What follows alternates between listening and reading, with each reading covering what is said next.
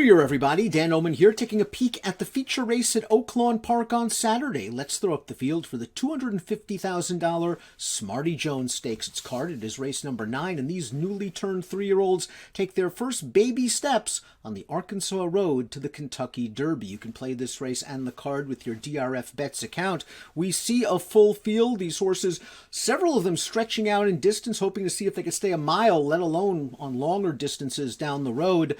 We're expecting a fast pace, and that's not surprising as we throw up the Timeform US Pace Projector. We've got a field of 14 horses, many of them stretching out, many of them trying to get good forward position in this mile race with a short stretch run. And we see that the number 7, Ruggs, could be on the lead for trainer Ron Moquette. This is a son of Gunrunner, stretching out in distance, adding blinkers. He'll be forward. I think the 2 All in Sync might be able to make the lead, however, for Ricardo Santana and Steve Asmussen, another horse stretching out in distance, this one off of 2 sprints as well. Let's begin the analysis with the 1.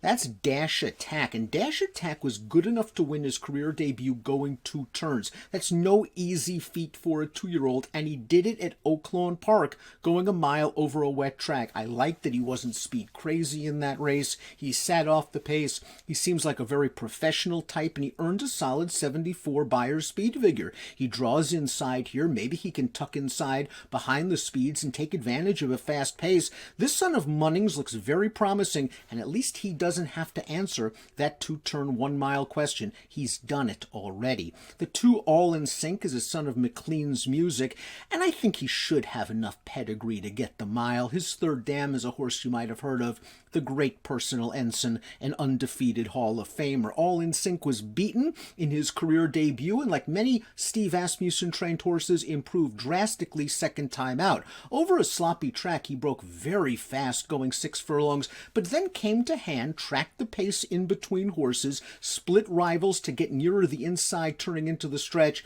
and then had his way with that field. 83 Beyer performance, very impressive. Third runner of that race, came back to graduate at the Fairgrounds, I believe, with a Beyer speed figure in the low 80s as well. I think this horse has the pedigree, certainly the connections, certainly the figure from the last race, and the tactical speed to stay close. Brad Cox, has the number 3 Homebrew. Let's watch Homebrew's most recent win. He's 2 for 3 lifetime. He got a little class relief in this race at Oaklawn. This was his first time going a mile, and he had a very easy trip on the lead. They didn't go fast. A half mile in 48-2 over a track that seemed to play kindly to speed types like Homebrew, but you gotta like the way Homebrew won in the stretch. He won like a 2-to-5 shot should. He's by street sense. He's got some pedigree as a half-brother to graded stakes-winning sprinter Airstrike, and again, he's handled the 2-turn question. He's also versatile. While you just saw him win on the lead, he's also come from off the pace and succeeded in the past. That was in his career debut sprinting at Laurel Park.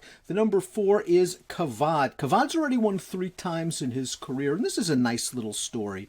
This horse sold for $3,500 as a yearling. The prior connections did very well with him, earned a stakes placing, got 2 wins, had the horse claimed for $50,000. Chris Hartman was the one who claimed him, and in his first race for Hartman, he did this in the Advent Stakes earlier this meet at Oaklawn sprinting. Another very professional effort where he was able to track the pace in behind. He found a seam, and once he got clear, he sprinted on home to win. It was a career best Beyer speed figure.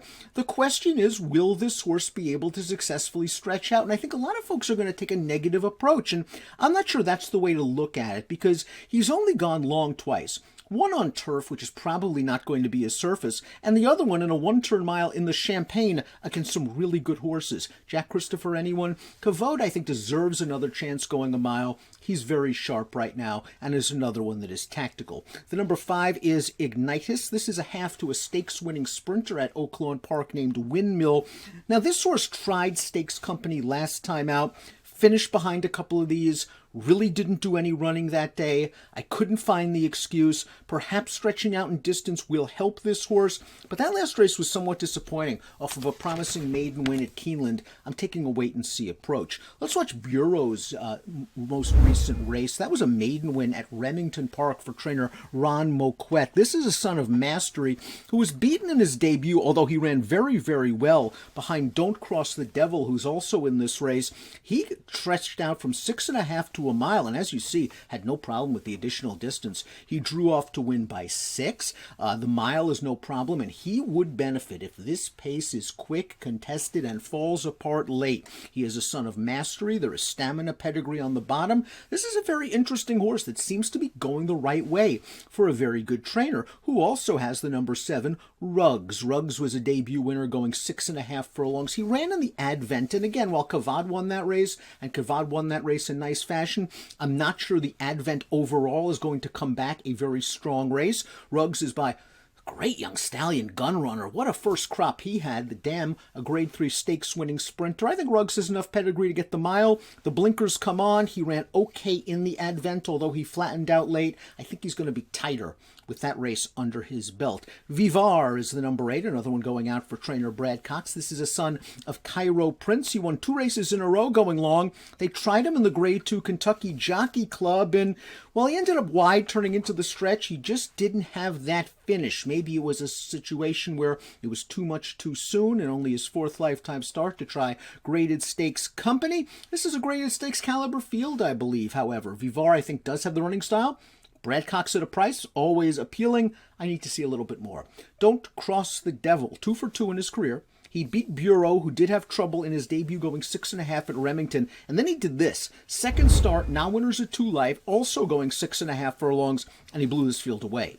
He won by 6, and not surprisingly, he was privately purchased after that race and sent to a very good West Coast-based trainer in Phil D'Amato. Now, he's by Cross Traffic. His dam was a stakes place dirt sprinter, but the way this horse is bred, the way this horse runs, makes me think a mile's not going to be a problem for him at all. And I like the fact that he has no problem sitting back, passing horses in the stretch. He's 10-1 on the morning line for a very good trainer, and he's an interesting price play. Barber Road is the number 10. This is a nice story as well. A $15,000 weanling won his maiden for $30,000, then won a $30,000 starter allowance. And last time out at Churchill Downs, he earned a stakes placing for trainer John Ortiz, and that race looks legit.